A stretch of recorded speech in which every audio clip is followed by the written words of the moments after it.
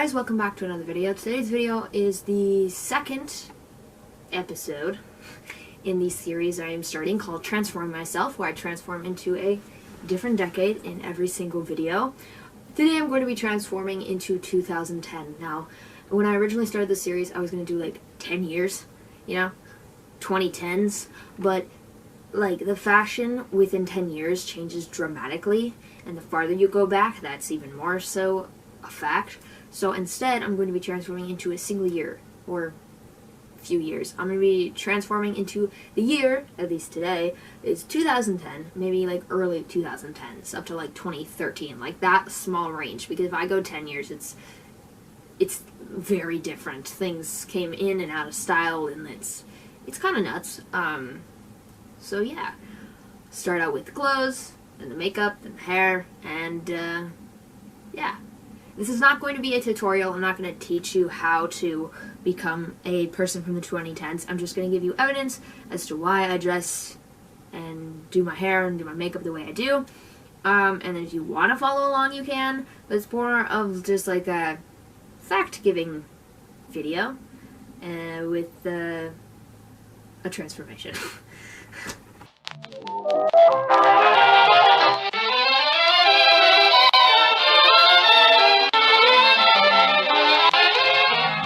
The early 2010s saw many recycled fashions from the 50s, 70s, and 80s, with high-brand companies remaking vintage clothing.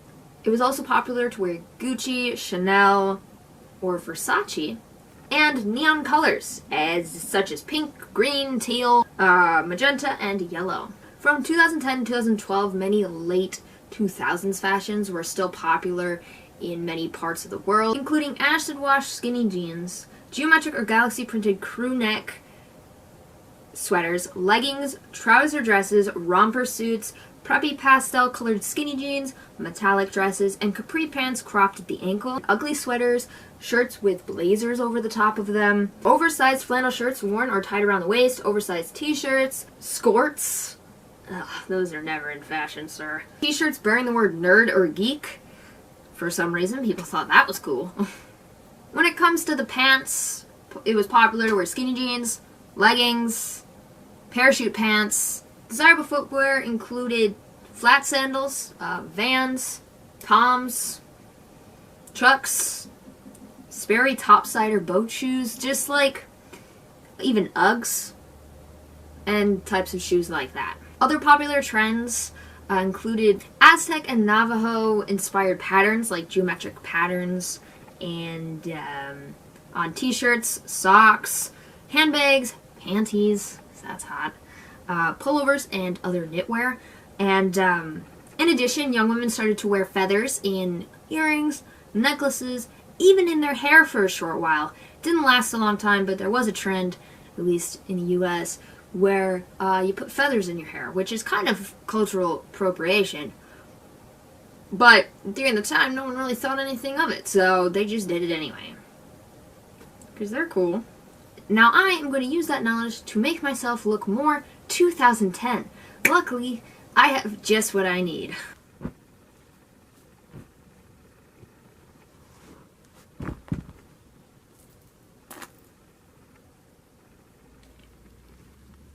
Alright, now I have the outfit on. This is what I chose. I am wearing black leggings. Many different color leggings were popular during this time, but I chose black because I have the most black, because I'm cool like that.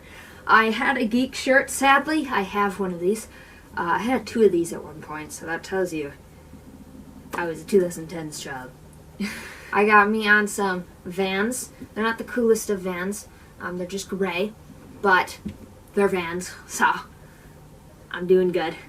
And for the necklace, because a lot of them wore feathers, I didn't have like a feather for my hair or anything. But I did have this necklace, which is a little dream catcher, and it has feathers on it. It's not the exact same as what they would wear, but it's the closest I had with what I possess.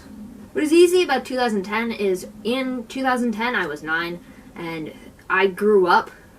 Starting in 2010 I was 9, and now I'm 19. So, I grew up in the 2010s, so the fashion I pretty much dress like that still. I literally have worn this exact outfit before, so I'm dressing like the 2010s on a daily. Luckily, 2010 had a very easy hairstyles, just as 2020 did. It was very individualistic, depending on where you lived and who you were, and your standards, I guess. Most British, Irish, Australian, Russian, Korean, and continental European women kept their hair simplistic, natural, straight, long, and naturally colored. So it wasn't like crazy reds and purples and blues. It was just like brown or blonde or black. Many women also used hair extensions to make their hair longer and fuller and beautiful. In Israel and the United States, curly permed hair was really popular, and even crimping was a trend from about 2010 to 2012. Side bangs, flower crowns, undercuts, silvery gray hair, and ombre hair were quite popular during this time as well. So hairstyles were pretty much just natural. Just go out with your hair. You know, there wasn't like a specific, that's cool. When you get back to like the 50s and the 40s and back then, there were like specific hairstyles that many women wore that you should wear. But nowadays, no one really cares about it, and they just have their hair natural. So I'm just going to leave my hair as it is. It's curly. I mean, not like dramatically curly, but it's got something. And side bangs, so just like show off my Russia forehead. Oh, look at that. Ew. Here we are. And flower crowns were popular for some reason. I think it was later in the 2010s that they were popular, but luckily I have a flower crown, so I'm just going to use it to add some cinematic flair to the outfit. Here I am. I am from 2010. Normally, of course, you wouldn't be wearing a flower crown. I would just be looking like this, being like, what's up, how's it going? But because I want to be cool, we're putting a flower crown on because it's important. Now that the hair is complete, it is time to do the makeup. With makeup, it isn't like dramatic, but there is some color there. In Britain, the smoky eye look from the late 2000s carried on into the 2010s, because smoky eye is always pretty dope. In other areas, it came out of fashion during the early and mid 2010s, but it really depends on the area. I'm focusing on America specifically, but depending on the area, fashion just waves. Fake tan became especially popular in Ireland, and you want to get as orange as you can get, kind of. Just double layer it, just tan. Tan and awesome. Sadly, when I tan, I look like a burnt piece of toast, and I ain't getting some suntan lotion or any fake tan on, so you're going to get a pale version. I'm sorry. In the West, contouring began to become popular. Of course, it was a thing, but it came to emerge more. The early part of 2010, the trend was erased lips or very pale pink, just very light lips. And by 2012, 2013, matte red came back into fashion, especially because of Taylor Swift and Rihanna. By 2015, 2016, brown shades of lipstick were popular due to Kylie and all her makeup line and just that sort of thing. Dark mascara, fake eyelashes, bright blush, and dyed hair came back into popularity due to Instagram influencers such as Olivia Buckland or Huda Kattan, but that was later in the decade, near 2015-ish, that way. So I'm going to be focusing on 2010. For the makeup style, it depends on what you want to go for. Teenagers didn't wear thick makeup. It wasn't like a woo, unless you were like emo or goth or really popular and you cared. Most kids, at least my opinion from what I saw, didn't care. Which is cool, because I didn't care.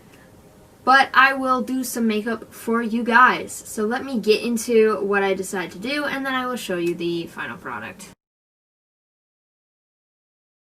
Should I put makeup on? Well, I'm going to early 2010, which means that in early 2010 they had like light lips, and I could get away with that with mine. And I mean, they didn't do thick like eyeshadow and stuff until like 2012, at least in America.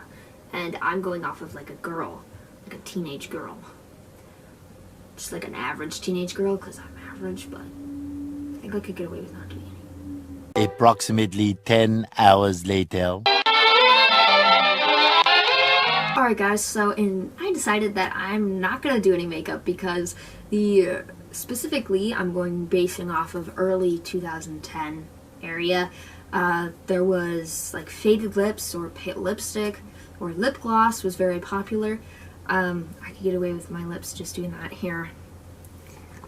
I'll add a little gloss by adding some chapstick because I'm cool.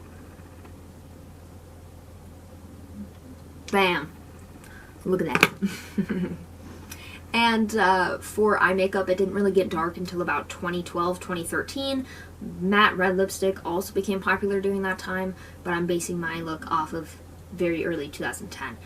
Especially for teenage girls, unless you were goth, really popular, or doing all that sort of thing. You didn't care about your makeup, eyeshadow, unless you were like in UK where smoky eye was still really popular. Light makeup, light mascara, nice blended foundation, and like lip gloss. There wasn't a lot of contouring or a lot of dark makeups. It was kind of just like basic, light, just natural. Which I guess is a good thing if you think about it, because then you're not always worried about what makeup should I wear, what should I do this, what should I do that. Just go out and be like, hey, as yourself, and I feel like that would just be fine. This is probably one of the easiest because, well, this is only the second one I've done, but 2020, I mean, was easy, but I tried to base it off of fashion trends that I saw, and, you know, this one was a little harder, but honestly quite easy as well. Once I get farther back, it's going to get harder and harder, so that'll be fun. Alright guys, I really hope you enjoyed. I know this wasn't the most exciting video, but once I get farther back into like the 90s, 80s, 70s, 60s, it'll be a lot more fun because I'll be showing off different hairstyles. It isn't just my hair. I'll be actually like curling my hair or pinning it up or, you know, doing more fun stuff with makeup, and maybe I can show you more on how to actually do the makeup rather than just setting it down and being like, what's up? Alright, I hope you enjoyed, and I will see you in like 2-ish weeks when I do the 2000s, which should be interesting because this was when my mom was in her early 20s, so that should be fun. Alright guys, bye. Woo!